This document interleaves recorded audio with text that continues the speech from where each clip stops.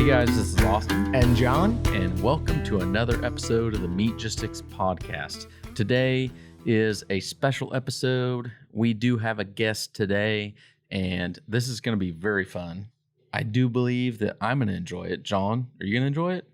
very much so. Okay. We have someone here. His name is Taylor. Taylor is our warehouse manager.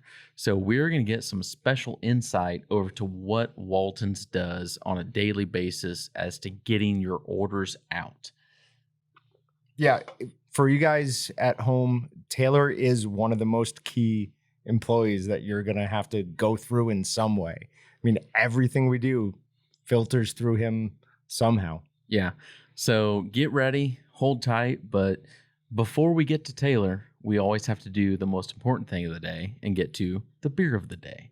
So I will start off first. I am drinking, maybe again, the Well-Being IPA. This is a decent IPA. It's almost growing on me. Okay. John, you can laugh at me if from the last podcast, I was like, I don't know if I like this. I'm actually kind of enjoying it now. This is my second time drinking it, and I actually kind of like it. It's good. It's weird. It's different, but I like it. It's your third time. You had one on the live stream last night. Well, second time on the podcast. So, but it is good. It's just different. If you know why it's different, send us an email at podcast@waltonsinc.com and let us know why it's different, because there might be something different about it. There's something a little bit different about John, that. what do you got? I've got a beer from Harpoon, and it's called Strawberry Milkshake IPA. And that wasn't as satisfying as I was hoping it would be. There was no hiss. But we're about to find out how it is. And the chug, chug, chug. What do you think? So I hate IPAs, and I hate that. Dude, you can't I don't like it. It has nothing special about it. I was hoping for super creamy or... No. It's not bad. Nah. It's weird. No. You can't say it's bad. You think it's weird? Though. Does it have a strawberry milkshake thing too? Yeah, definitely. Oh, really? Mm-hmm. Yeah. Okay, try that again. Definitely has strawberry, definitely has milkshake. The IPA and the hoppiness kind of throws it off, but it is good. Okay, there's a little under thing of strawberry in there, but no, it's useless. It's 6.6%, so I'm going to drink it. Yeah, it's not bad. Do you want a taste test absolutely. Of it? And then while he's doing that, I also thought that Taylor liked ciders. So I tried to get him a nice craft cider. So I got him Dave and Danny. It's a Kansas crafted gluten-free 6.2% cider. Gluten-free? What the heck? Do we support that here? Yeah, absolutely. But this tastes almost exactly like Red's Apple Ale or apple juice, is how Taylor described it. But I mean, apple juice with 6.2% alcohol, that's not necessarily a bad thing. So Taylor, what do you have? I have whatever was in your fridge. This Sea Dog Blue Paw blueberry added flavored ale. It's pretty good. It's pretty hard for me to complain about any sort of alcohol I'm allowed to drink during the work week, though. So yeah, I'm fair enough. Yep. And especially when it's provided for you. It's not coming out of your pocket. Exactly. So it's a pretty sweet deal. Real quick, one thing I do want to talk about, what Austin was saying. If you want to email us your ideas or things you want us to cover at podcast@waltonsinc.com. We are going to start doing episodes, scheduling them once a month, which will be nothing but things from the mailbag. We've got a good amount of things in there now, easily enough to fill up an episode. But the more we get, the more often we'll do that. Obviously, people like Tex send in plenty of ideas. I mean, I think he's got 4 in the unused category right now. So he's a heavy user. He definitely has. Go ahead and keep sending those. The more we have in there, the more often we can clear that out and make an entire episode out of it. All right. So Taylor, you've worked here longer than I have. 6 years, 7 years? How long ago did we move into the building? 8? Good question. I was actually debating this the other day, and I said 9. Someone else said 8. So 8 to 9 years, give or take. I thought it was 2012. My wife actually got hired here first. She works in customer service, and I got hired helping you guys move just loading stuff up from the old building, wrapping it up, bringing it here. And then that led into a seasonal position, which led into a full-time position, which led into where I am now. But I think 8 years then. It always weirds me out that there was Walton's before I got here. No, dude, It's there was confusing to me. I'm not sure that's accurate. There was so much going on before you got here, John. That's true. The world does not revolve around you. Oh, it very much does. Not to interject, but I have several of my employees who, when they see you walking around, just go, "Who's that old guy?" So Is he lost? What's he doing back here? yeah, you think I'm joking, but I'm serious. I Yeah. love that. I'm getting up there. What can you do about that? Can you take your hat off for a second for those on YouTube? Yeah, look at that gray, people. Like that is a nice assortment of gray hairs. They're not. I like it. They're not even gray. They're clear. You can see right through them. It's translucent hair. There's nothing wrong with gray. No. What are you gonna do? Everybody is gonna deal with it at some point. So, Will, do you want to go? You want No, me? go ahead. Okay. So this is a impromptu thing. Okay. But Taylor, since you started out as like temporary help, going to seasonal, going to full time, going to warehouse manager, can you give us in like 2 minutes, like what has your kind of travel through progressing in the ranks, and what is your time here at Walton's been like? Okay. Walton's really, and I'm not trying to butter anybody up, Walton's do it all. probably saved my life. And I know that sounds really serious, but I was in a really bad place at my previous job and got to a point where I can't do it anymore, and left. I didn't have any plans, nothing. I was fairly newly married, had a 4-year-old at the time, 5-year-old. And was in a really tough spot. And my wife was lucky enough to get a job here, and I needed something to do. And so they were offering, "Hey, you want to come in, pick stuff up and set stuff down for a little while?" And I go, "Yeah, absolutely." Yes, I needed money. And so I did that, and must have done okay because they asked me if I wanted to stay seasonal. You did better than okay. Okay. Well, thank you. Wanted to stay seasonal. I stayed seasonal through the fall, and I'll talk a little bit about seasonal help as well. But got on full time, worked 2-3 years, and then had the opportunity. And honestly, if it hadn't have been there, I don't know what would have happened. So I do owe a lot to Walton's. I like to think I work hard enough to try to pay that off. But yeah, that's kind of my story there. Seasonal help. We, of course, get really busy in October, November, December. So how that works for the warehouse is we have to bring in seasonal employees in August, September, and they'll work through January. Yep. So this year, just like most years, it's difficult to find help. This year, even more so. But everybody I have working year round, with the exception of one person, started seasonal, which I think is kind of a cool thing. Yeah. It's something that we're able to advertise when we're hiring seasonal, to show that, hey, you come in, you try, you work hard, you can get rewarded. Right. There's an opportunity. Right. Yeah. Because it can be really tough to, especially with current days, with how the government likes to pay everybody. Yeah. It can be really tough to find somebody who goes, "Oh, you want me to come in and work for 4 months with potentially no future?" Lugging 50-pound boxes all around the place. Okay. I think not. Yes, my guys work very hard. But let's not go crazy. They're not roofers in 120-degree weather. Okay. We take care of our guys, and yes, they do work very hard. And honestly, I feel they're some of the hardest working people in the building. But yeah, it's tough to find somebody who, A, is good enough that you want here, and also willing to go, yeah, I'll take a chance and bet on myself. Most people don't want to bet on themselves. And that's kind of what I did when I got a chance here. Yeah, and I want to talk a little bit about that, and I don't want to. I know my last name is Walton. And I don't want to toot the horn of Walton's too much, but I do feel like one of the things we have here is that if you come in and you show that you can work and you can do this, and you have a proclivity to do something else, there is a lot of opportunity to grow. To be honest, like neither of you can actually keep this in your memory. Don't remember this like from this point forward, but both of you, I feel like, have come from like different spots where you were in a situation and you were doing a job that didn't really lead you to where you are today. Like Taylor, you started out as temporary help. Mhm. John, you were in customer service. Yep.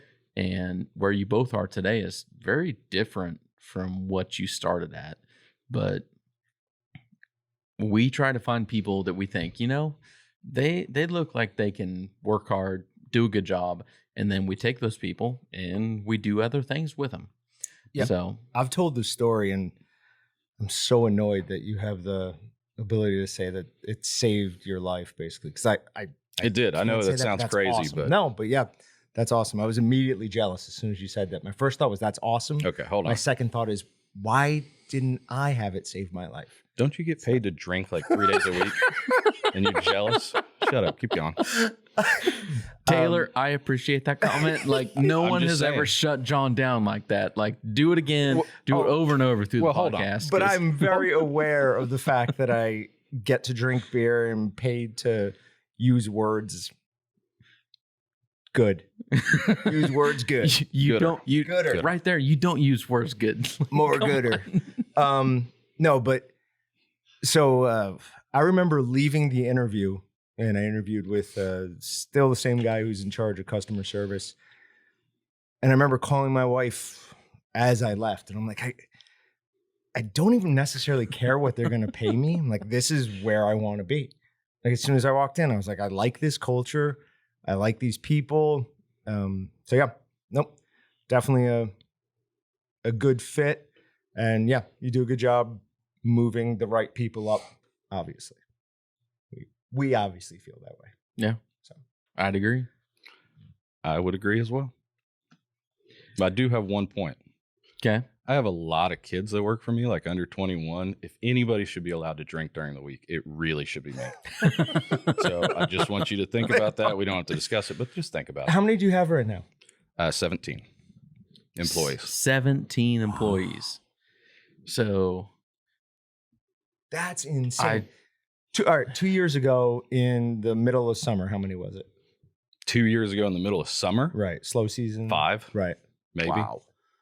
Now, 17 obviously is not 17 guys working 40 hours a week. Right. But yeah, 17 employees. and we'll see. We'll see how that changes. Because one of the questions I want to get to eventually, doesn't have to be now, is how things have changed for you over the last year, specifically COVID related, but also seasonal, and how that kind of affects you. But 17, like even if we dip down and we go through our normal up and down seasonal cycle, you don't get back to 5.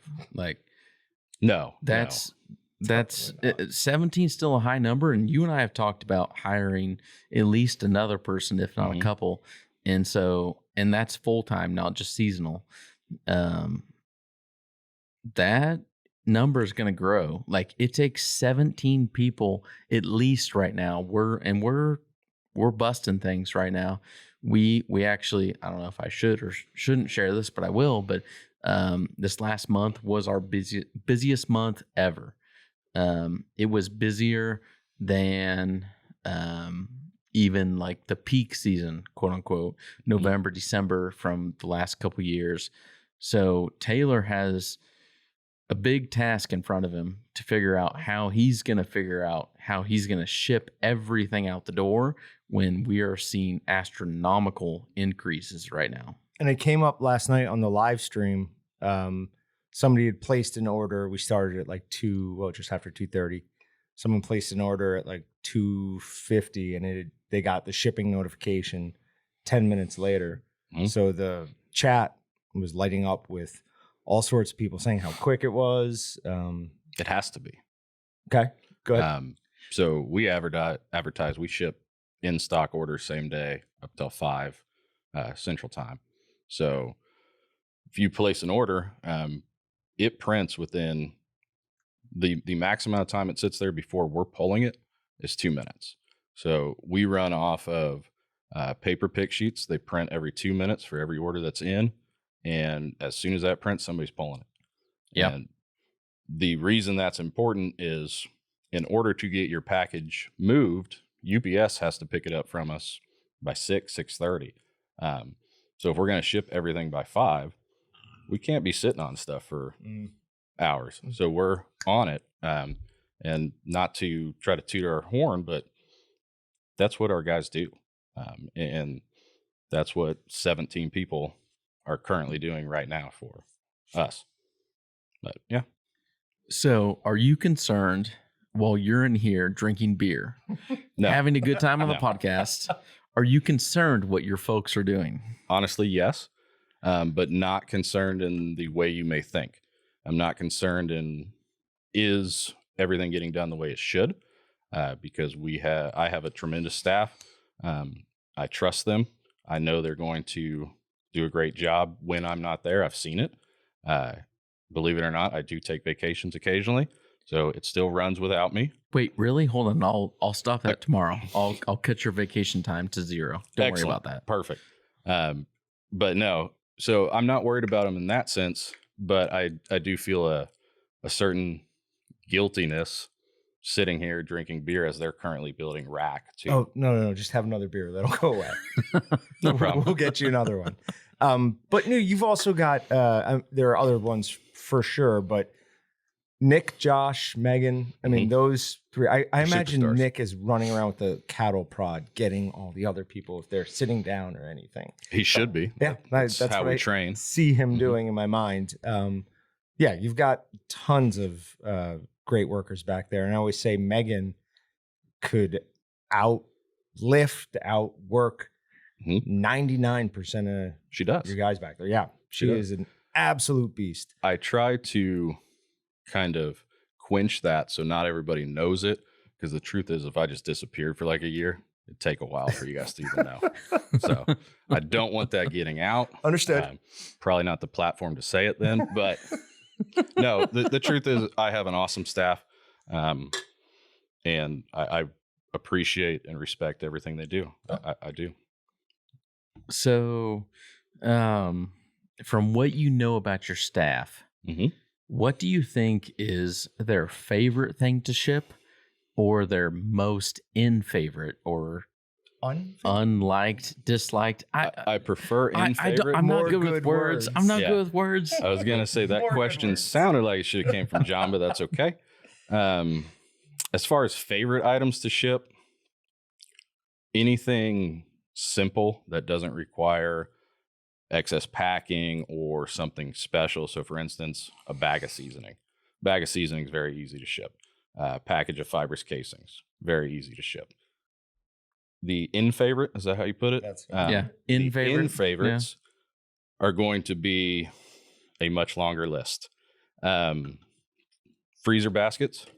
Freezer baskets are a pain to ship. Just Yeah. because they're Face. awkward, like they're big and You know what they look like, right? yeah, they're like these things, right? Well, The wire okay, so baskets? they're like 36 by 18 by 5, 6. Yes. The reason that they're a pain to ship is we don't ship enough of them, and I'll explain. So if we ship the quantity of freezer baskets like we do lugs, Okay. I would have a specific box for them. Gotcha. But because we don't have set quantities, so customer A may order 3, customer B may order 7, customer C may order 20. Okay. We don't sell them 10 at a time, 15 at a time, 20 at a time. If we did, I'd specifically make a box for them. I have priced that out before. It's not financially smart to do that. So freezer baskets can be a pain. Okay. Broom handles, of course, are a pain. Right. But the biggest pain is that 50-gallon drum pump that we sell. Really? Because it is 4 feet long, and then it has the handle that sticks out. It's just not simple. It goes out. It's not in a package that looks great, to be honest with you. Yeah. And we sell, I don't know, I don't have the numbers in front of me, but a couple a month, if that, and it's the biggest pain ever. Yeah, that seems like a weird one, but I guess that does make sense. What's the term for those? The broom handles? Well, it's like ship by volume, weigh by volume. Talking about dimensional weight? Dimensional Dim. weight. Okay. Dim. Dimensional weight. Yeah. Yeah. So anything that's like that kind of gets a little bumped up on that list of least favorite. Not necessarily, because Okay. some of it's easy. I mean, you're going to pay dimensional weight on stuff like foam trays. You're going to pay dimensional weight on stuff like Versinets, and that's Right. easy Oh, they're because easy. they compress. Oh, okay. But anything that's Foam odd, trays. well, like Versinets and stuff, foam Okay. trays are simple enough because they can fit straight into a lug box that we're already using. Gotcha. Okay. You can actually ship them outside of a box as well, depending on the size of the tray. So as far as actually shipping it, that's not difficult. The things that are hard are anything with sharp edges, not necessarily knives, but like hog gambrels. Hog gambrels are not fun. They have sharp edges. They're heavy. I love it when somebody orders 15 bags of seasoning and then 20 bacon hangers. That's a fun one to package. So for anyone who doesn't know at home, bacon hangers have multiple sharp tines on them. So they're going to, I'd hope you at least you'd try to put them in different boxes, or sometimes it just is what it is. Yeah. No, you can't. Well, So I mean, you could. you could put it in a box, in in another the box. Yeah. So we do something similar to that, Okay. but it's not necessarily in its own box, because if you put bacon hangers in their own box, then you're packing those in that box with some sort of void fill, paper or something to prevent. It's a little, yeah. The easier way to do it is just to use like a flat sheet of cardboard and wrap and cover the tines of the bacon hangers, Okay. and then put that in with your seasoning. Okay. So let's have a little bit of fun before we get to the first break here. Okay.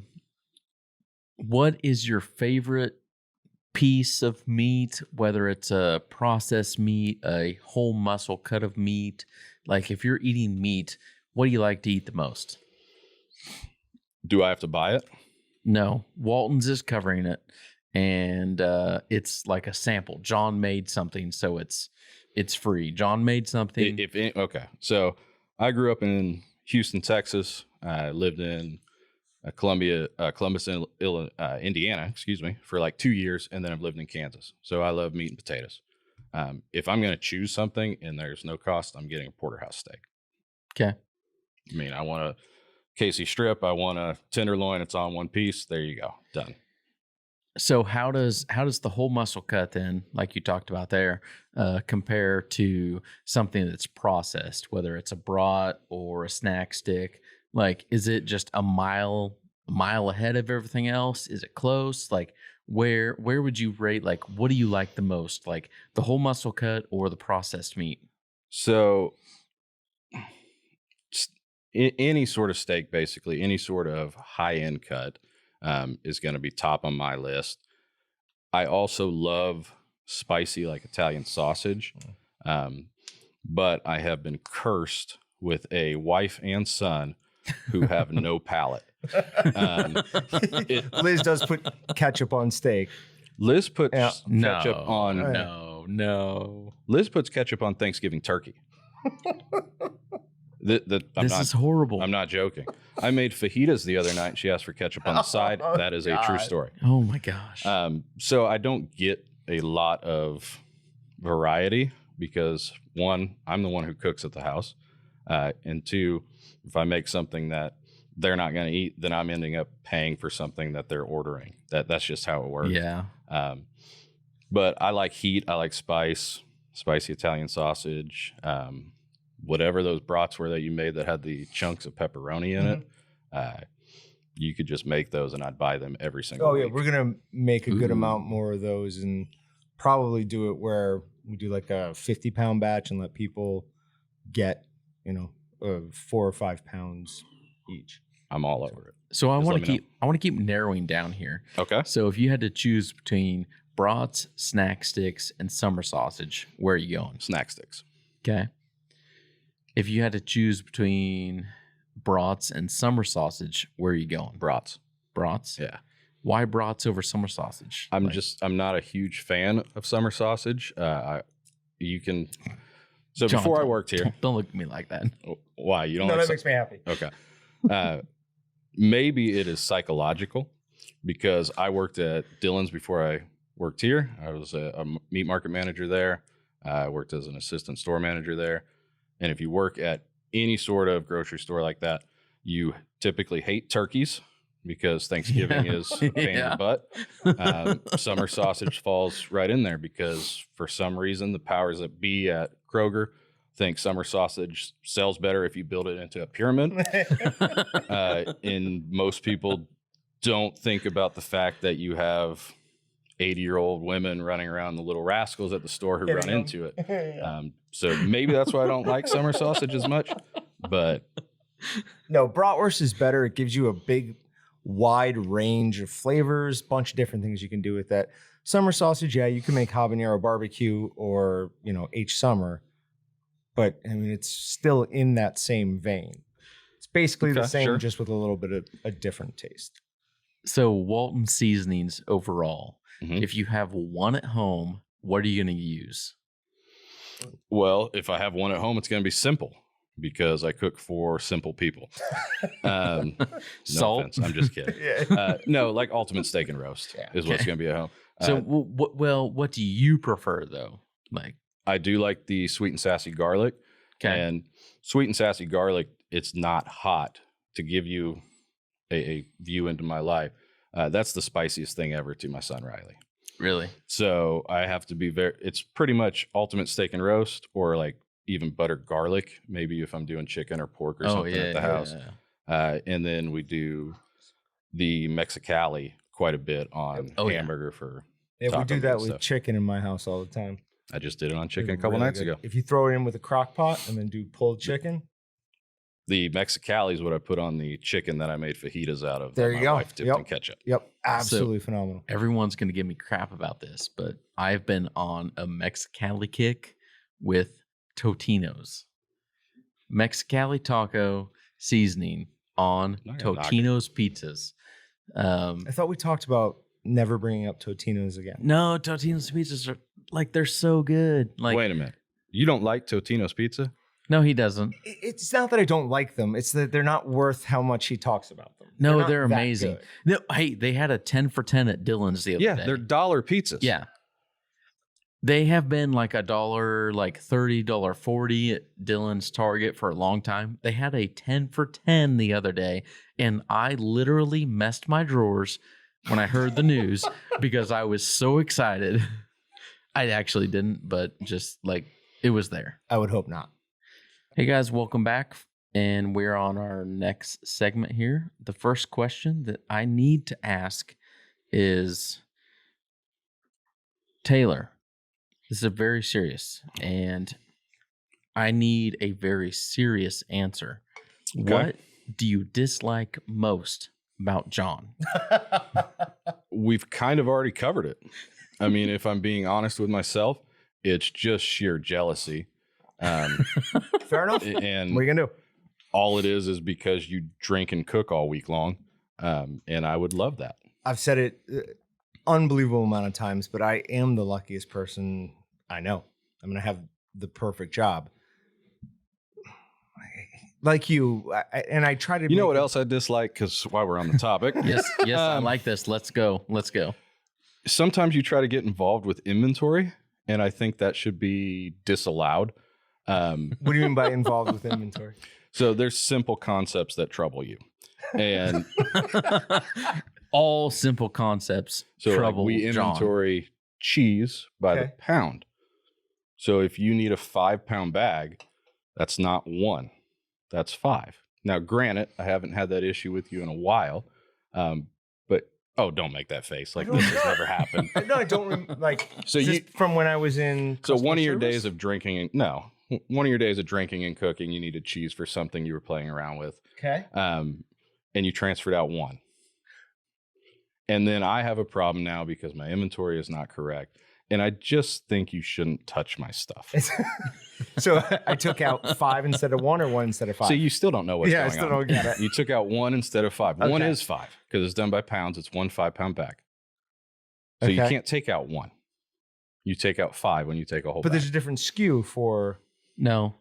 See, this on is what I mean. bags. Yeah. This is exactly what I mean. John, this is we're I can't help but laugh. We're having an intervention right now. It's fair enough. Of your inventory adjustment ability. No. It's gotten better since I've started just sending everything to her and telling her to take it out. It's probably the smartest move you've ever made. I assume it's gotten better since then. Similar topic. We'll get an order for a scale and I'll have 1 on hand and I'm searching all over for it. And then I find it in this room. That's fair. That's definitely fair. It's happened. Oh, so. Yeah. Numerous times. But occasionally you bring food back to the warehouse and let us try it, and I'm all for it. So I always try to make sure customer service, you guys, and the sales. Well, I try to keep everybody well fed, but I do specifically like to hit you guys. And I always did get the sales guys when they were next to us because they had to smell a bunch of the stuff. Oh, poor guys. I know. But you're sitting here smelling bacon and you don't get any. That's a disappointment. And then I always like getting to you guys because, well, I mean, you guys are running around lifting heavy things, and customer service because I used to work in there, I guess. I don't know. That's fair. I will say sales is appreciative that they are no longer next to us because they don't have to smell your good stuff, your bad stuff. Dylan, my brother, has the most sensitive nose of all time. I use that mop over there. I can't even remember what they're called. Every time I open a new package, they're coming in individual packages, he would complain about 10 minutes later. He's like, it smells like vomit or something. Yeah, so he came in. It's cleaner. Well, you know who he's next to now, right? The warehouse. So what happens the first time I pour liquid smoke? Oh, good luck with that. Ooh, I like it. So Dylan came into my office, I think yesterday, and that was one of the first days that the sales office moved. And we'll talk about what we're moving around here in a bit. But Dylan was excited, but still upset. He's like, John's cleaning. I don't like it. I smell it. It's floor cleaner. Get it out of here. And he was happy. He was happy that he was away, but he was still disappointed. He was like, John's room smells like crap. It smells like cleaner and blah, blah, blah, which I'm happy about it because you're cleaning the room. But Dylan was like, dude, it smells horrible in there. That's legitimately insane. We're going to open one of those after this. You can smell how it does not smell bad at all. So a very, very, very, very quick story. We are playing musical offices, musical rooms. The sales office is moving to another room. We have the media offices, the studio kitchen, and next to us was the sales office, but we're getting rid of that. The sales office is moving across the building. So we are going to have the media room right next to the studio kitchen. And I'm excited because right now it's cooler in here than it has been for a while because we can control the AC for this room. So no one else out there, honestly, you guys probably don't care, but John and I right now are really happy that it's not hot as hell in here right now. So London is very sad because she gets freezing cold during any of these podcast live streams or anything like that. Do you remember the first 5-hour live stream we did for Big Monday? And it was bad. I was literally sitting there shaking like this. It was so cold. My God, that was freaking ridiculous. But no, we've got a window now, Taylor. You get cold, do you? I did. Well, that day I did. Are you okay? It was like 64 degrees. It was cold. But we get a window now. I can look at the squirrels and it's a very nice office. Parking lot. Do we actually have squirrels? No, there are not many squirrels down in Kansas. Okay. It's a weird thing. Like everywhere else I've lived in the country, there's tons of squirrels. Kansas, there's maybe like a third of the squirrels I'd expect to see other places. Where are you judging this from, though? Your house? house here. Yeah. Is it possible they're terrified of your dogs? Ooh, Yeah, that's very possible. ooh. So speaking of dogs, Mhm. let's run down the table. I'm going to start, and let's just explore the whole dog scenario. I have one. Okay. I think I have. Those are rookie numbers. Yeah. I think I have the best number in just being one, but I have like the demon of dogs. She is mean. You need another one. The first time I No, saw no. your dog was in the hall here, and your mom had it, and I went up to pet it, and she goes, "Oh no, don't do that." She's like, "She'll bite you." I was like, "Oh, okay." No, yeah. She will attack people she doesn't know. She does not like unfriendly faces. More friendly ones. Yeah. I love my dog. She loves me, and that's it. Yep. Everyone else she hates. or tolerates. She is 12 and a half years old, and she's probably, somber note, she's probably coming to the end of her life. But almost a joyous note, I'm almost kind of ready for it at times. But love my dog. She's crazy. She can jump out of a 6-foot wood privacy fence, just jump over it. Still? She digs. Yeah. Now she doesn't care to. I moved recently, so she has a different scenario, and she really likes where we are now. It's different. It's not a wood fence. It's a metal fence she can see through, and she's got some more acreage around her, so she's cool. But she's still a pain in the butt. So John, what do you got for dogs? Your dog will still bite somebody new if they come around. Yeah, probably. I've got a 2-year-old, not quite 2-year-old, Borbal South African Mastiff, who's about 170 pounds, who was the friendliest puppy. He was And probably so the friendly. cutest puppy He I've was ever seen. adorable. He has gotten quite territorial. And it was like flipping a switch. Just one day he saw somebody walking by, and they came up to say hi. And this is somebody we've seen out on walks. And he just looked at him, raised his lip a little, and started snarling. I'm like, oh, uh-oh. I'm like, you should walk back down I'm like, maybe not right now. And that was it from there on out. He won't go on. I used to take him on like hour-long walks. He won't willingly go more than 200 yards away from our property. He doesn't want to go inside. He just wants to go back to our property so he can guard it. Yeah. And then I've got Riggins, who's, I don't know, 5-7 years old. We rescued him. He's a pit bull mastiff. And when he dies, I'm going to probably take 2 or 3 months off because I will be inconsolable. You I love better that start dog. saving up vacation because you don't have 2 or 3 I months love right now. that dog more than is probably appropriate. And he's got anxiety and chews holes in my doors. Like, he doesn't make life easy, but God, I love that dog. Yeah. It So makes complete sense. Speaking of Riggins, I rescued him from Beauties and Beasts and tying in. So my wife and I foster for Beauties and Beasts. She does a lot of different volunteer work. I get dragged along for a lot of it, but I'm happy to do it because it is something that I care about. Currently, we only have 4 dogs in my Only house. 4? Mhm. Only 4. That is We a do. low amount. No puppies? No, our most recent foster was actually adopted 2 days ago. Nice. And it's amazing how much you bond with them over just a short. I mean, we had him barely over a month, and when you let him go, and you know he's going to his forever home, and we research these people, and Beauties does a excellent job at making sure they're going to the right location. So you know he's going to a great home, but it's amazing how much you bond with him over a month, and you let him go. And this is going to sound really bad, but like if my son went to like summer camp, I'd be like, Yeah. all right, buddy, have fun. But when I let a puppy go to his forever home, it's tough. Yeah. But we've had over 50 different fosters over the last 2.5 years or so. I have a small 2-bedroom, 1-bath house. We've had up to 13, I think, is the most.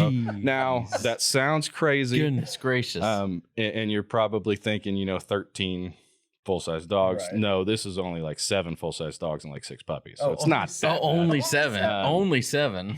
But we have 4 of our own. We have a Beagle Boxer mix who is very similar to Austin's dog in behavior. She's older. She's 8 or 9 now. And we do call her Demon because the fosters that we have will try to interact with her, and she'll kind of just look, and she's small. She's like 25 pounds. Yeah. And she'll look at her and just go, and it sounds like she's sucking the soul straight out of the puppy. And they figure it out, though. They go, okay, you're not friendly, just stay away. We have Jasmine, who is a Beagle Border Collie mix, sweetest dog in the world. She's 9 or 10. Lola, who is my dog, is a pit bull that we actually rescued from the neighbors because my neighbors were not the greatest of people with animals. I saw her and I said, that's mine. I took it, and that's how it ended. And she's 5 now, and she's a lot like me. 5 years ago. She's been the same size vertically for like 4 years, but she just keeps going the other way. So I think we bond over that. Plus she's graying in the face too. And then we have Bandit, who is my wife's dog. Give Bando his full name. His name is Bando Calrissian. I'm not going to say why.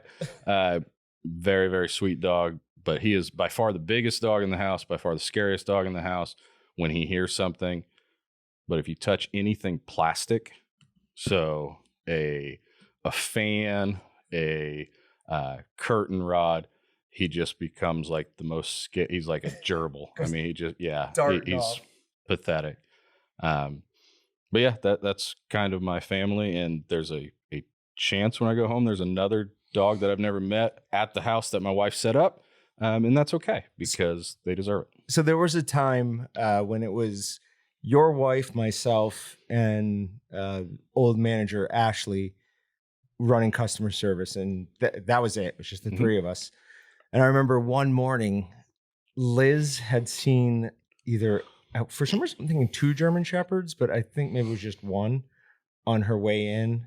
And she had to stop to rescue it. Yeah, I think I know what you're talking about. And I'm like, you're going to leave me alone all morning so you can save dogs. But she would, it wouldn't matter who was waiting for her. Your wife is like driven to save any animal she sees. Correct. Yes. And that's, it's important because it's not just dogs. Right. Yep. I mean, she sent dogs are the ones we care about. Correct. Yes. I love all animals, but dogs are, everybody's created equals, dogs more equal than others. But yeah, she sent me a text just earlier this week, and it's just a picture of a pig, and it says, he needs a home. That's all it says. And we have a lot of really good seasonings. I mean, there's a great home we could find for him. But that's just how she is. My wife absolutely adores pigs too, has always wanted one. I've told her, and I'm 100% serious about this, I will get her a pig as long as we call it bacon and she understands that when it gets to like 5 or 6 years old, it is going to be killed and slaughtered. Ooh, that's kind of old for I understand. Kind of old for bacon. Also, the name's not great. It's not. Just call it bacon. No. Crisp. Crispy. Yes, bacon. Yes. Crispy bacon. That's I like it. Yes. Yeah. So obviously, dogs, huge part of your. She rescued a goose once. No. Yeah, I was with her. I have a goose story, but I need to hear this first before I tell mine. So we were I actually have 2 goose stories. We were at Beauty's location doing an intro. And what an intro is you have a prospective adopter who wants to introduce the dog they're thinking about adopting with their current pet. And so we do supervised intros to see if there's any potential issues there. And usually it's fairly straightforward. Ours are really easy because most of what we do are puppies. Puppies love everybody. It's not that difficult. But when you're introducing, think about your dog, introducing him to another, a 3-year-old dog, not going to work. So they checked those out, and we had just finished that. And so we're going home, and Beauty's is like 3 minutes from my house. And we're going home, and Liz gets a call from one of her friends who does volunteer work there. And just said, hey, I know you were just up at Beauty's, because these women are on Facebook. It's like it's in their brain. They're on Facebook all the time, and they know everything that everybody's doing all the time. So she knew she was at Beauty's, and she goes, I need some help. There's an injured goose that I'm trying to corner. And so we're downtown. Okay. And we go and we meet Jessica, and we're on Douglas. And this goose is walking back and forth across. Douglas is a downtown main street Busy here. street, yeah. And we don't have anything to like catch it with, and something is wrong with its wing. So the goose wants nothing to do with us. The goose is saying, I'm a goose. And I'm mean, because goose are mean as heck. Yes. So Liz, we're trying to like triangulate on the goose, because it's me, Liz, and Jessica. And we end up cornering it back in this church, and it figures out it can go through the fence and we can't. And so it just keeps jumping back and forth between the fence. We spend about 30 minutes. Long story short, we catch the goose. I'm able to kind of grab it. It honks at me. I get scared. I let it go because it's a goose. That's not what I'm supposed to do. Jessica ends up grabbing it, getting in her car to take it to wherever you take a goose that's hurt. Sure. And as we're driving off, Jessica drives by us, and the goose is sitting in the passenger seat like this, Oh my god! just sitting there, and just like straight up chilling. yeah. But I mean, Liz could get, if she got a call that's, hey, there's a grizzly bear here that's injured, she'd be like, let's go help it. And yeah, so that's my I would wife. imagine that if you ran a dog rescue, and especially Beauties and Beasts in Wichita, and we'll link that. We'll link to them in both the post and the YouTube video on this. But I would imagine that it's got to be tempting. Like, I've got 20-ish pounds of goose meat to feed these hungry dogs. I can neither Yeah, see, Yeah. there you go. That's what I would have done with it. Goose snack sticks and sausage, by the way, are absolutely delicious. Top notch. Yeah. Unbelievably delicious. All right. Now, quick coupon code.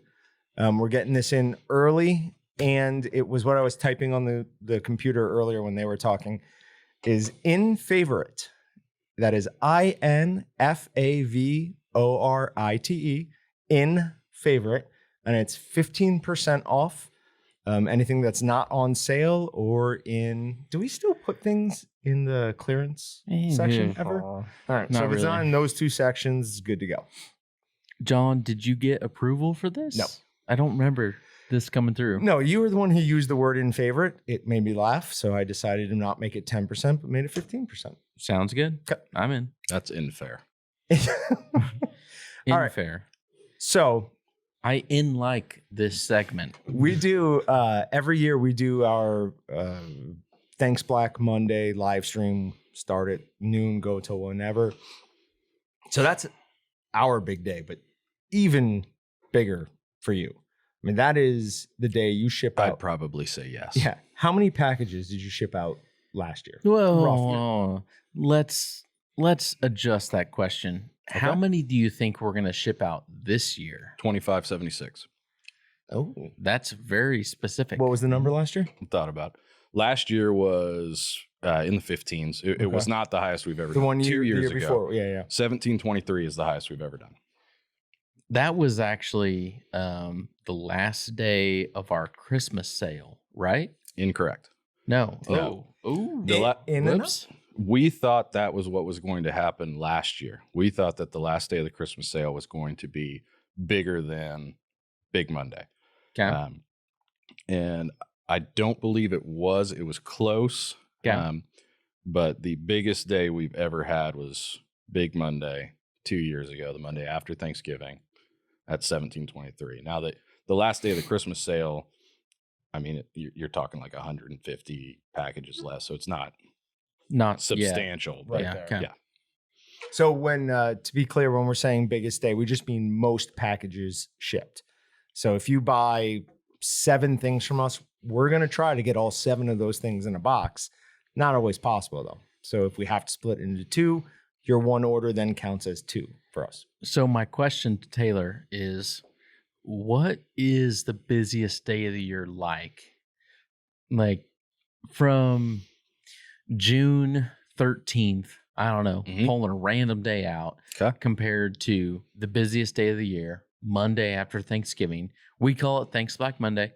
Some of you might call it Cyber Monday, but we like our term better. Yeah. So remember that, share it, hashtag it on social media. Thanks Black Monday.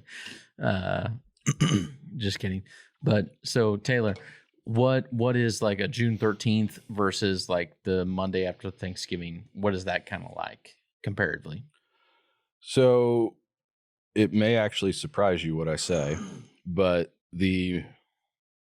any Monday, November through December, including Big Monday, is typically smoother than a typical Monday in the summer. And the reason I say that is because it is straight focus on production as soon as we start to as soon as we finish. And by that point, the people who are shipping your packages, the people who are pulling your orders, they know what they're doing. And it is, of course, it's a long day. Of course, everybody's tired at the end of the day, but there's an excitement about it. And people feel that. And it's pretty straightforward. I mean, what we're focused on solely is picking your orders and shipping them. And there's more to that on the typical day in the warehouse, believe it or not. So in June 13th, we may have a bunch of different things going on. We may be building new racking. We may be changing something outside in our shed. We may be doing a lot of different stuff. Whereas Big Monday, you're picking orders and you're shipping it, and that's all I care about.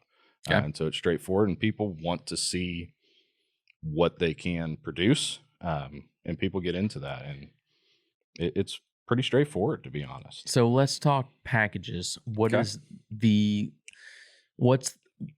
what day or the number for the day do you think you're going to ship the most packages on? Like, what is that number? Do we think we're going to ship like 500 packages in one day? Are we going to ship like 5,000 packages in one day? Like, what do you think we're going to get to this year? Most packages in one day? If I had to guess right now, I would guess in the 2,500 range would be the most we ship on one day.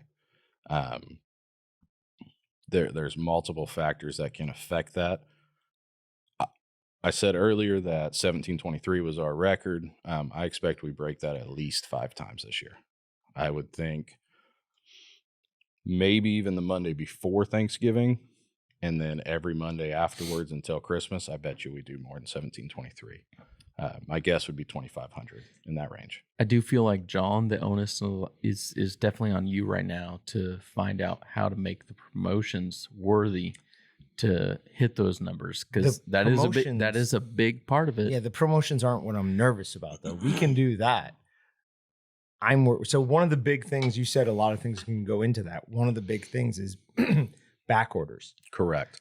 That's what I think we're all nervous about. Yeah, give me Weston product on a Monday in November, and let's see what we do. So if it came in on a Monday, my God. So I'm going to share numbers that I should or shouldn't, but whatever, going to do it. We have over 1,000 orders waiting for product right now because 1, COVID has been a mess. 2, some of our vendors have been a mess, but we are back ordered so far on a number of items that we have literally 1,000+ orders just sitting there waiting for a item, 2 items, 3 items, things to come in from some vendors that they have just dropped the ball on and they can't get, and we're trying to wait to get those in. So someday, if we have like a big day on like a lot of stuff coming in, think about that. 1,000 orders in one day, just back orders. Don't even count the next 1,000 that are coming in that day. But we have some days ahead of us that are going to be crazy. Absolutely. And there is, let me share something else with you. So COVID, of course, has affected our business. It has affected transportation quite a bit too. Yeah. So it is difficult for freight lines to move product to and from us to our customers and from our vendors to us. And so we were one of our biggest vendors, of course, our biggest vendor, I think, is Excalibur, right? Yeah, definitely. Biggest one. Yeah. So we're 2 days back on deliveries for Excalibur right now. So I should have received 10 skids from one of our freight carriers, 7 Excalibur and 3 something else from yesterday. Didn't come in. I had 15 scheduled today. Didn't come in. That may all come in Monday. So if something like that happens, we may have 600 packages in back orders just from that one vendor. And depending on how it lines out, if that happens on a Monday in November, you're going to see some insane numbers here. So here's the question. Can you promise, even on those crazy days, are we still going to same day ship? Yeah, absolutely. Okay. That's what we do. Why? How do you do it? Well, which one do you want first? Both. Why? Because it matters. Because that's what we tell people we're going to do. So why wouldn't we do what we say we're going to do? True. And then second, how do we do it? We have made multiple changes. We have increased the number of packaging stations we have. We increased the number of employees. And that's my job. All right. So we obviously sell the small 22, 32, 8, 12 grinder. No problem. We put that in a box, give it to our UPS guys. Mm-hmm. Buying a Hall 60 mixer grinder or 120 mixer grinder, I mean, that weighs multiple hundreds of pounds. Multiple hundreds, huh? Okay. Multiple hundreds. How are we shipping those? What are the challenges involved in that? And what is the cost to ship that to a customer? Okay. Well, cost depends mostly on dimensional rates. Oh, okay. So size of the product and, of course, where the customer is Right, located. that's If I'm shipping to the gas station down the street, it's going to be much cheaper than shipping 6 states away. As far as something like a haul, most equipment is crated, either in wooden crates or in a wooden frame and a cardboard covering. It is going to be bolted to the skid that it comes into. And if that's not the case, then we're going to strap it down. It's going to we'll use ratchet straps to secure it. Stuff like Kempmaster splitting saws are strapped directly to the pallets to ensure that they don't shift around during transit. But yeah, most of what we do as far as equipment goes out very similar to how it comes in. And that's going to be insured in a crate, covering to protect against shipping damage, bumps against things in the back of the trailers, that sort of stuff. So with something like that, this might be a tough question, but percentage wise, are you more confident with something that's going like that's in a wooden crate, it's going to arrive to its final destination unharmed, percentage wise, Versus what? Like vac bags, your regular order? Yeah, probably. Yeah. Because if we are shipping high value machines, we're going to use high value freight lines. So if somebody orders a $30,000 piece of equipment, I'm not going to send it with 3 dudes in a truck who are going to try to carry it and strap it to the top of a Volkswagen Bug and take it 3 straight states away. Any piece of high value equipment like that, we insure as well, and it is going to be secured as well as it possibly can be to its pallet and or crate, and go on a reputable freight line. Now, will they see that and the fact that it has an insurance? Will they treat it differently? Well, who treat it differently? The shippers, the shipping company. Honestly, probably not. Okay. But what it does is it covers us on the back end. So if we send somebody a haul, somebody spends a lot of lot of money on a nice piece of equipment. We'll insure it when it arrives. If they have any issue with it, they contact us, and we take care of it the best we can. The insurance helps us on the back end. So if somebody on the freight line knocked it over, pushed it over, it doesn't matter if it's strapped down, whatever, and there is some sort of scratch on there, we're able to take care of that. That's what the insurance does for us with the freight lines. But go ahead. Do you like small parcel or freight shipments more? Small. Yeah, because it's more standardized. It's much easier to train on. We send more small parcel than we do freight. It's a lot more straightforward with what our volumes now. Most of what goes freight or LTL, less than truckload, is going to be equipment, stuff that physically can't go into the back of a UPS truck. We send a lot of orders that are 800, 1,000 pounds of vac bags, and we send them in the back of a UPS truck because it is financially, it's better for us. It stays in our process. And something like that, I would trust 800 pounds of vac bags going in a UPS trailer more than I would trust 800 pounds of vac bags going in certain freight carriers. All right. So the way we ship now is we've got a, actually, you know what? Walk us through a shipment. Pretend somebody just placed an order either online or through one of our awesome customer service agents. What happens next? Okay.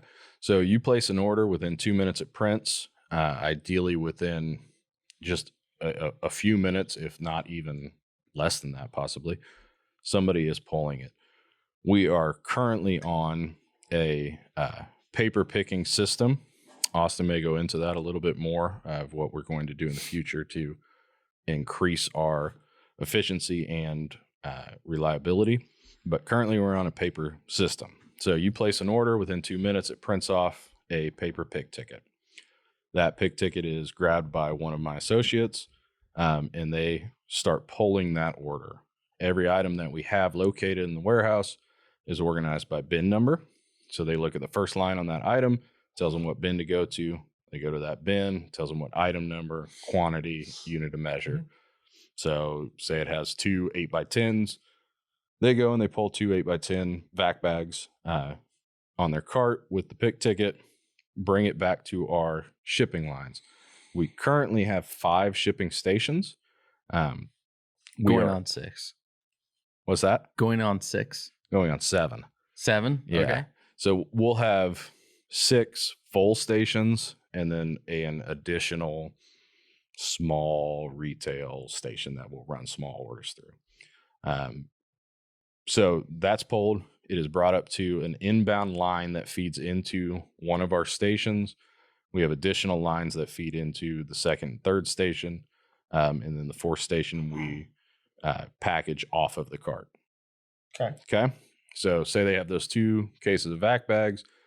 The picker puts those 2 cases of vac bags on our inbound line with the pick sheet that they have filled out, saying how many they've pulled. They put their initials on it so that we know who pulled the order.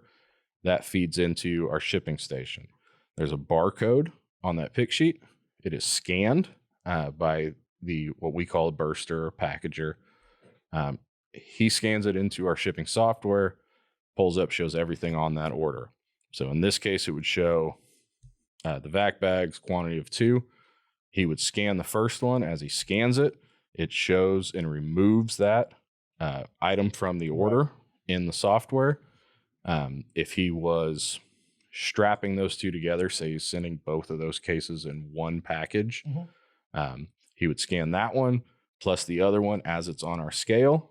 As soon as he scans that last item, it's going to print him a shipping label that he applies onto the package. It's going to print him a packing list that he would put either in the box or in a packing slip envelope, depending on what is shipping. And then he would strap that package, put it on a automatic line that feeds directly into our small parcel trailer. Right. So that's a conveyor belt that literally is a couple hundred feet. Is it 200 feet? That's probably pretty close. In that range. It's an L shape. So It's 80 feet one way and then roughly 100 the other. Okay.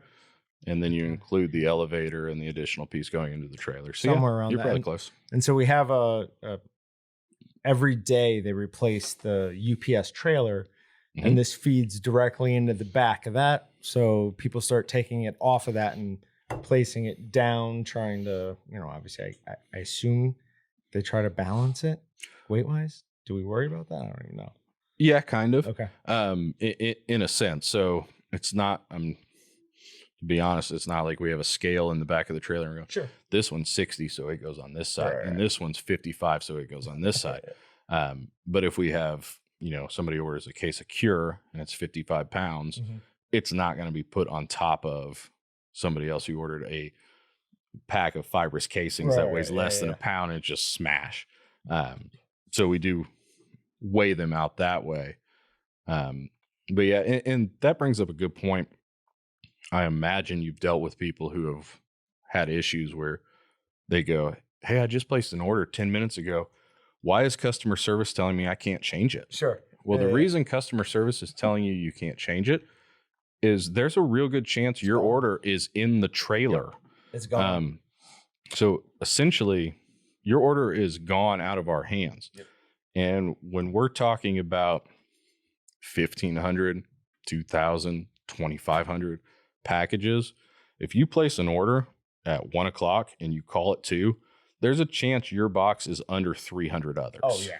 Yeah. So that's why we try at all costs to avoid anything as far as changing orders once they're placed. So speaking of that, one of the things, and I've seen this happen, if somebody picks the wrong item, and it could be as simple as something being in the wrong box.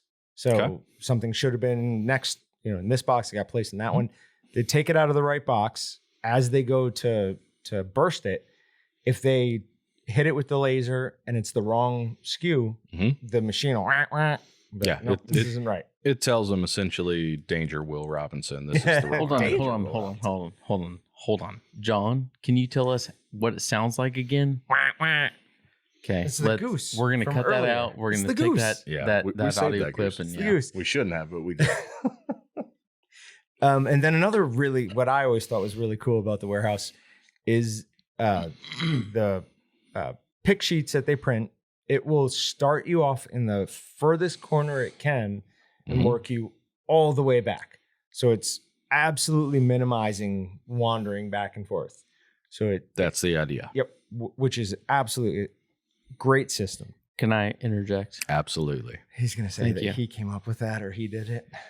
Well, I did, but so we have a new system that is coming out.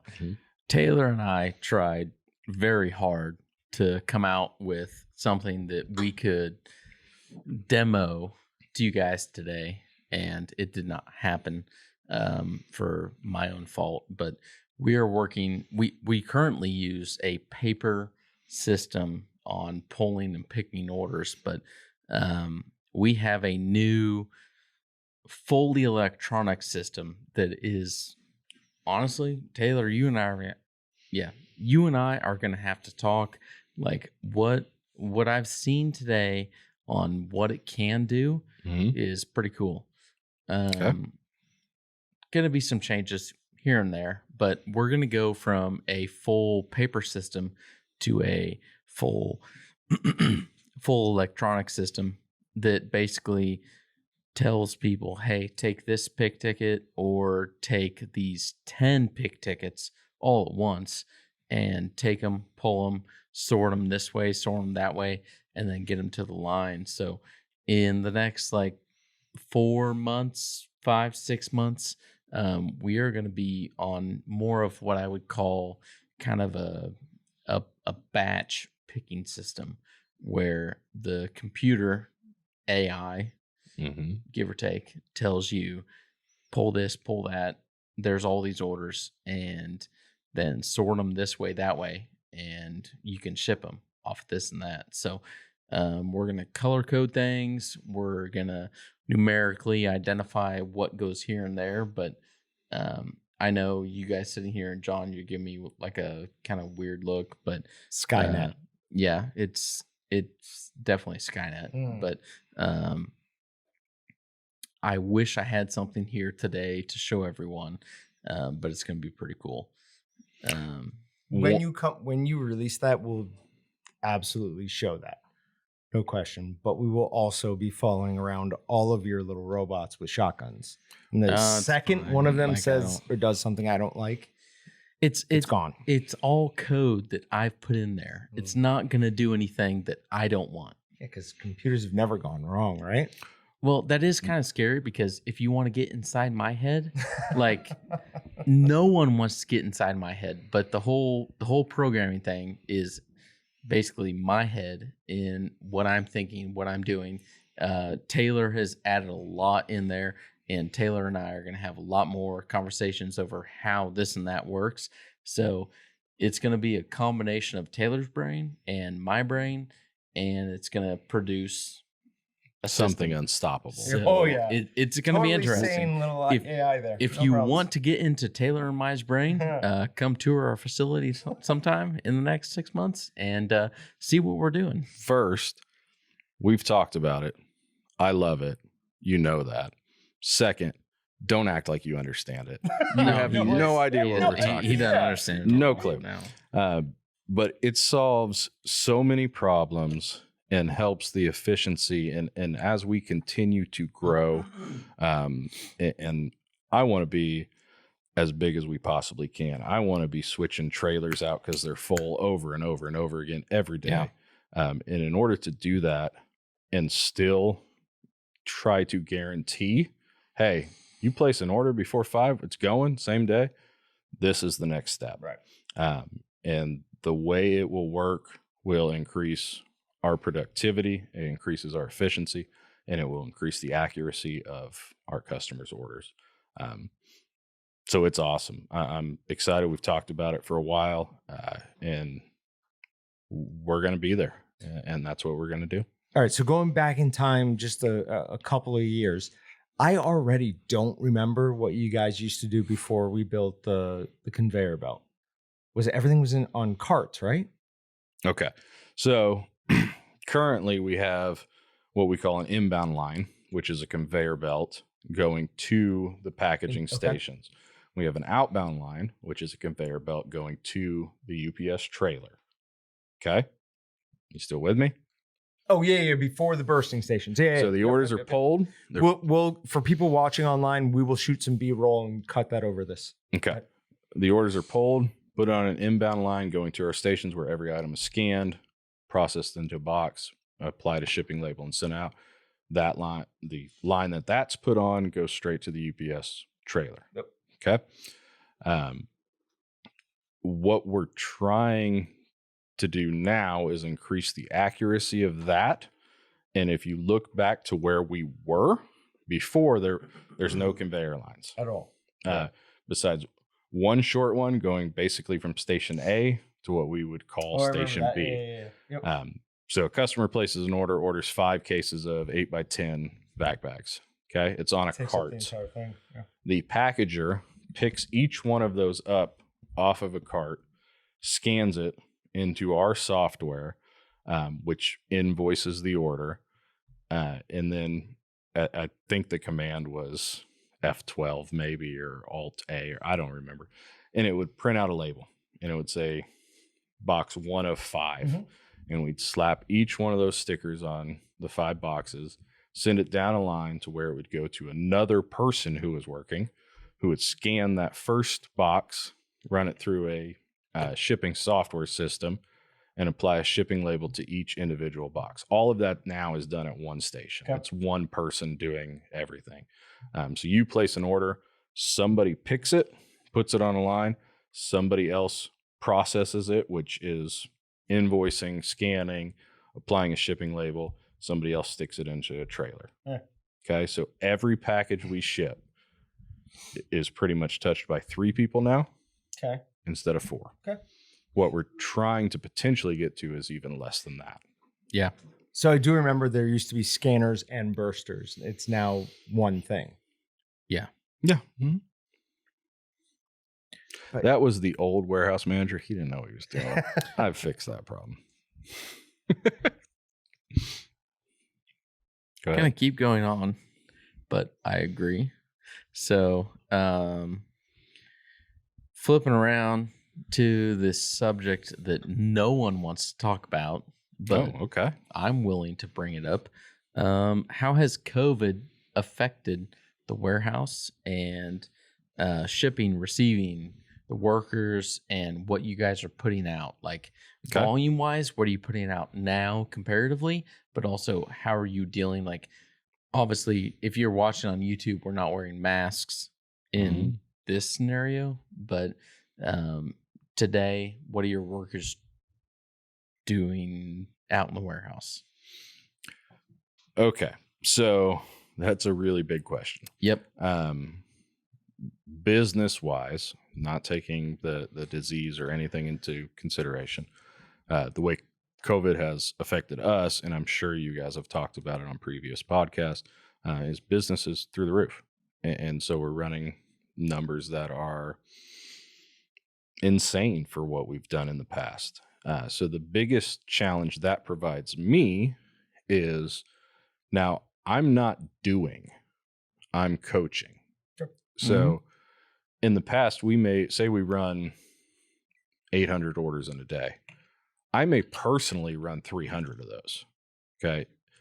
That's not the case anymore. We're at a point where I have too many orders, I have too many packages, I have too many employees that we have had to make our employees more flexible. And whereas in the past, I may teach somebody how to pull an order, and that's it. And that's what they do for me. And that is a very valuable thing. Of course, people have to pull orders. But we're now teaching some of our seasonal employees more important steps. We're teaching seasonal employees to package and process your orders. And we're doing that with a combination of our technology, our shipping softwares, and just more thorough, constant coaching and training from me and from several of my other longtime associates to make sure that gets done correctly. That's the biggest challenge COVID has thrown at me is you have to be hands off now. You have to teach and coach and monitor everybody else versus leading by doing. Here, let me do that. Yeah. And that's a huge challenge for us as far as the actual changes in preventing the disease, not business wise. We do wear masks back in the warehouse. We are more focused on sanitizing and cleaning. We are definitely more focused on spreading out. A year ago, if we package a lot of stuff in-house for retail shipments. And I would have never thought twice about having 2-3 people working on something right next to each other. And that's something I now have to think about. And that's something a lot of people have to think about is spreading out, sanitizing, cleaning way more than we used to. And we run a very clean warehouse. And if anybody else knows that has run a warehouse and wants to come and look, I think you'd say the same thing. We really focus on it, but with the way our lives are now, we're way on top of that stuff. So we have to be. I want to interject slightly. If anyone out there runs a warehouse and you want to see ours and you want us to see yours, email us at podcast@waltonsync.com. Taylor and I, sorry, John, cutting you out. We would love to go see your warehouse, but if you want to come see ours, like we would love to give you a tour. Strangely, if you come do a tour with us, I may not be fully involved because my dad, Brett, who is our CEO, is probably going to cut me out, and he's going to say, "A tour? Really? I'll meet these guys. I want to do this. I want to come give a tour." So if you want a tour of Walton's, email at podcast@waltonsync.com. And if you want us to come see yours and you want to talk, email us at podcast@waltonsync.com and we'll talk, because it's one of those things that we enjoy seeing other people's stuff. Absolutely. We enjoy other people seeing our stuff and kind of collaborating on the whole thing. You learn from it. Yeah, Absolutely, you learn from it. So, skipping into another very off-topic subject, but this is one of my questions. Well, it actually wasn't mine; it was John's. But I want to hear the answer. It's a good question. Yeah. Do you know what it I'm is, sure John? it is. You don't? I just know Okay. it's mine, so it's good. Taylor, Mm-hmm. this is probably the most important question of the day. Actually, it's not, but we're going to pretend that it is. So, Oh, I'm ready for this. the most important question of the day is, who is your second favorite coworker? Oh, yeah, that is. Because your first one is obviously John. Yes, clearly. But Okay. It's not your wife. Are It's not are mine. you Yeah, aware let's- my yeah, wife yes, yes. works It's not- here? So it's Liz. Liz is your second favorite Okay. coworker? Oh, favorite? Yeah. favorite. Oh, okay. No, not least absolutely favorite. not. So there is, and I'm sure you're both well aware, there is a big difference between love and like. Yes, that's fair. So I love my wife to death, of course. As far as favorite coworkers go, no. If you don't want to answer, you don't have to. Oh, I'll answer. It just Okay. may take a little while to figure out a favorite. If you had asked me least favorite, I could have lined them up. Okay. Least favorite. No. Honestly, It's Nick, isn't it? I would have to say my three favorite coworkers, and I'm not including my wife, are my three longest tenured Yeah. associates, and that's because of how much easier they make my job. Yep. Yeah. And I mean, recently, especially with one of them, I've told you a few times, Yes, absolutely, you are have, on top of things. and I have passed that along. And we talked. No, don't do that. No, I didn't say it was from you, or else. Okay. I mean, I wanted it to come from You somebody pass who it along had to some somebody. meaning. If I said it came from John, it would just be shot down. But That was great. Tell John that every day, please. well, I hope has he no knows that. meaning in this world, in this job. He is just here doing what he can, and we don't care. That was excellent. Well But done. it sounds like I'm sucking up or whatever. But no, I have an incredible staff, and You do. I don't tell them enough how much I appreciate them. But when you have valuable employees, I think you invest in them, and I think you take care of them, and that's what we try to do. Hey guys, we're close to done. I know you've been with us for a long time, but we have a couple more things to get to, so bear with us 1 second because these are very important questions. So, the biggest question Mhm. I have for Taylor is, well, maybe biggest, but what are the changes we've had in the last year, and what are you looking forward to? Like, just giving you ideas. Like, I'm looking at like what's with like forklift stuff. I know that doesn't sound exciting to other people out there. But it is. Racking, Forklift exciting. forklifts, Come on. reorganization. Like, Mhm. what has the warehouse been like even just a couple months ago to now, and what are we expecting in the next like week or two? Like, what are we doing to change things up? Okay. So there's been a lot of changes in the warehouse the past 3-4 months. When your sales increase the way ours have, you have to obviously increase your inventory levels. So we have tried to figure out how do we increase our inventory levels and our space the most efficient way possible. And what we've done is we have moved from 13-foot aisles, and this is going to get real boring real quick, to 9-foot aisles, which has enabled us to, one, put an entire other lane or aisle in our main warehouse. And we're talking like hundreds of spaces there. though. 25% increased capacity, basically, by putting it in there. In order to access that, we could not do it with our typical forklift. We've had to go to a narrow aisle concept. And what we have decided on is what's called a stacker or walkie truck.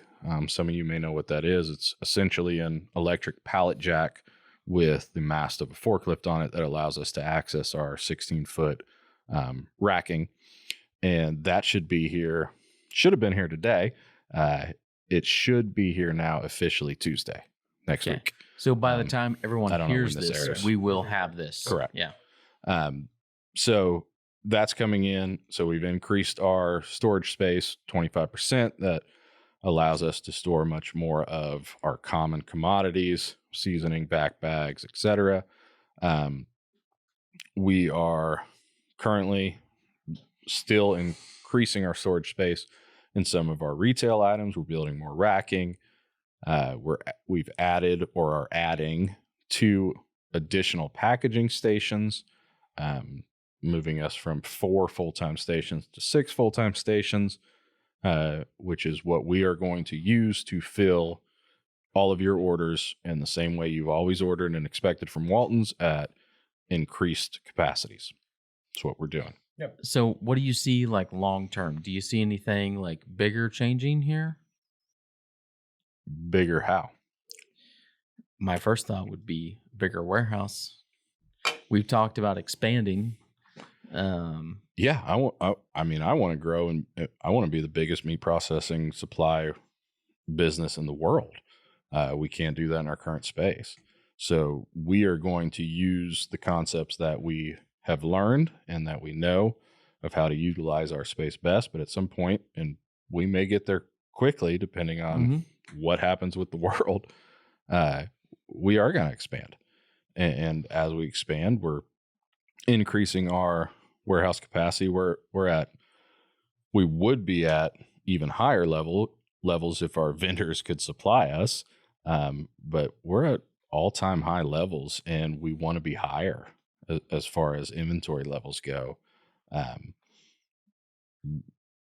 That's what I want to continue. That's what makes going to work exciting. Because if you do the same thing every single day and you don't grow at all, that's boring as all get out, unless they allow you to drink and cook, of course. That's pretty easy. So long story short, you either want John's job and you want to drink. No, I don't want John's job. I couldn't do John's job.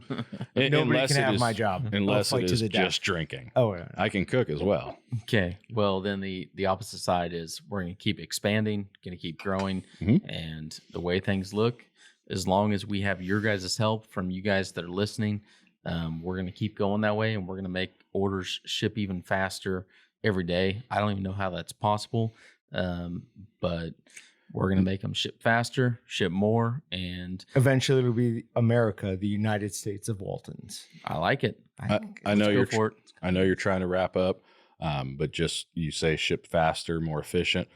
One thing that I love is something called slappers. So, for instance, items like vacuum bags, freezer paper that are already in their own package. Where I want to get to a spot where we're pulling those and somebody orders 2 rolls of paper. The picker is scanning that and applying a shipping label, and we don't even see it at packaging. Yeah. That's the type of stuff I want to get to, and we will get to. We will probably be there in the next year. So like a Labrador when it moves its head when it doesn't really hear something and doesn't understand? Yeah, kind of. Okay. That's okay, though. All right. As long as you guys both know what's going on. Yeah, gotcha. So, John, take us out. All right. Guys, thanks so much for being with us. Please, if you're listening on iTunes, whatever you listen to your podcast on, leave a 5-star review. If you're watching on YouTube, remember to click that like button, subscribe to get notified about all of our most recent videos. Other than that, thanks so much. This was one of the... Taylor and I work well together. I enjoy... Best is fine. We talked. It was closer to being best until you said that. We talked about the button. We did talk about the button. If you Taylor, go ahead. Do it. Right, so guys, for those on YouTube, you don't want me to dribble, do you? All right. Guys, thanks so much. I'm John. And I'm Austin. We'll see you guys next time. Thank you all.